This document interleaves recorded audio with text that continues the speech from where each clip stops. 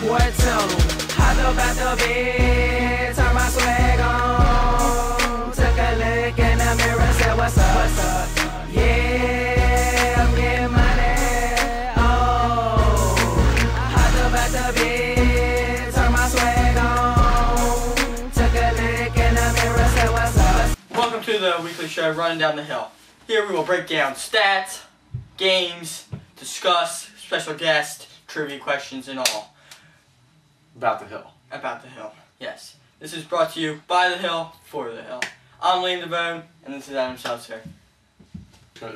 Let's start with our seasonal overview. Liam, let's talk about Hill football.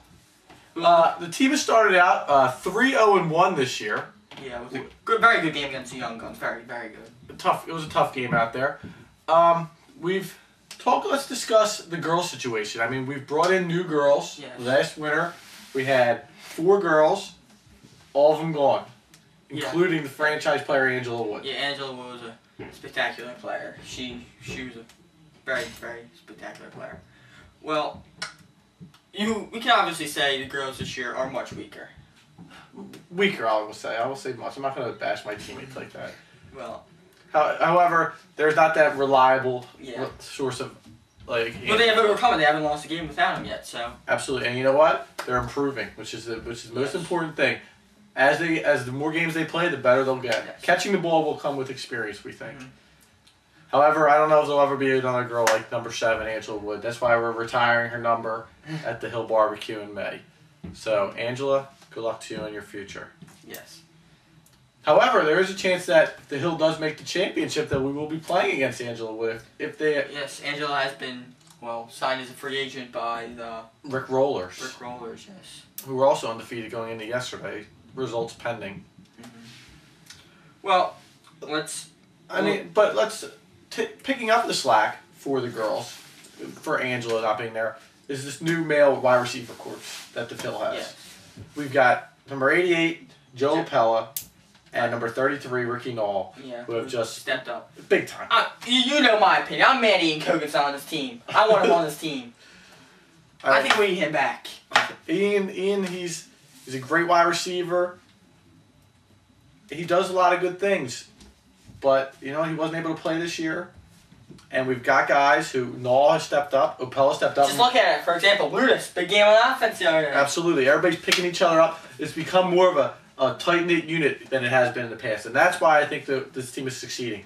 Might not be as talented as teams in the past, but they're tighter. We hang out on the weekends. We have team events all the time. It's a team that's really starting to come together. Yes, and also on offense, you got Brad. Brad's constant in the middle. He doesn't... You know my opinion. You know me and Brad. Let's not talk about him too much. But personal things aside, the kid, his stats are consistent week to week. He's going to give you 4 or 5 catches for 60 yards, possibly a touchdown. Yes, very much so. All right, well, their first game against the Bernstein Bears. They won 25-24. Very close game. Yeah, it was a close game. We had to break in some new players. We actually jumped out to a big 18-0 lead and let it slip away. And we ended up scoring Joe Pella 3 touchdowns in that game, and he had an interception as well. He really played well on that one. And then we have the second game was the Executioners. Big win, 33-14. Was pretty much a blowout. Yeah, the next 2 games were good wins. They were both blowouts. The team really started to play well. Beast Ice was obviously missing a couple guys that are usually a contender. Yeah, that first game against President was classic. Yeah, that was a great playoff game. But like I said, they were missing Tina, who left us in the Winter League. Tina, if you see this. Just kidding. Love you. It was a hard-fought game and in that playoff game, but this time we ran them out of the building. All right, and this week, and this previous week, they played the Young Guns 40-40 tie, which you guys came out flat. Let's go into some details on that game.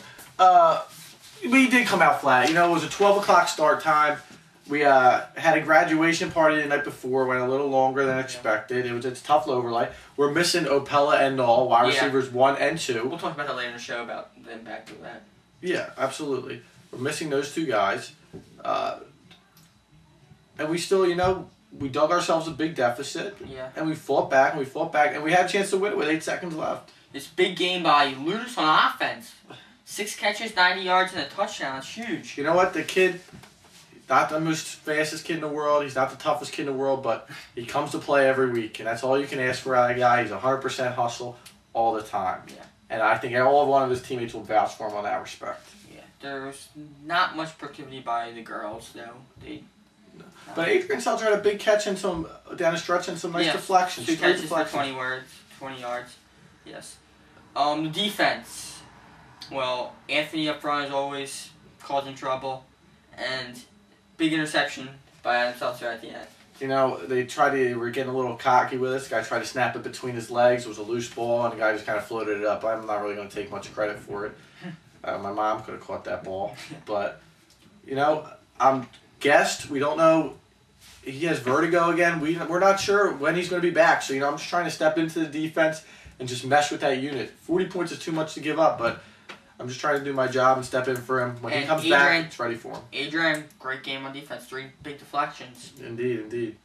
I think it's a consensus pick that the player of the game for this game was Ludus. I think so too. He made a couple big plays on defense, and he had a touchdown. I think 2 extra points as well. Correct? Yes. Yeah. So, Ludus, you get the player of the game honors, the big boy award. All right. Well, we're gonna take a break right now. When we come back, the softball recap from the season. And we're back. Well, we're gonna take over softball. The Hill is currently 3-0 with one forfeit when they played the Boyles Brawlers. Their shoes. Well, in the first game they played the Warriors, and they won a pretty convincing win, 15-4. Not much to say about that game. Just the Hill is a very good hitting team. We really are. We've lost some big bats. We've lost Ian, your boy Kogan, Derek Dutil, and Nick DeMalto, who are all forces in the middle of that lineup. Yeah. But we've added Ricky Knoll. We've added Rich Hauser. Yeah, Rich Hauser's been a great acquisition. He's made some nice catches in the outfield. Absolutely. And Lee McInerney. Yes. Those are 3 bats that or not easily, but they replaced those other 3 bats that we were missing for so long. Yeah. And also, Michelle Bauer, she's an upgrade. Yeah. Lauren Miller, I love her to death. Lauren, I don't know where you've been in my life, but Michelle's a better ball player. Very smooth defensively. Yeah, very. She just eats it up over there. Gold Glover. Oh yeah. Pitching, the ace pitcher Nick Vigiano who's not pitched much this year. Well, that's part of the team strategy. Is that last year Nick pitched great. He was a Cy Young winner in the Rex Inter Softball League. But by the end of the year, he was worn out a little bit. Yeah. He was worn out, and he went into that semifinal game, and he didn't have his best stuff. So we're going to give other people some starts and get against teams that aren't that good. Yeah.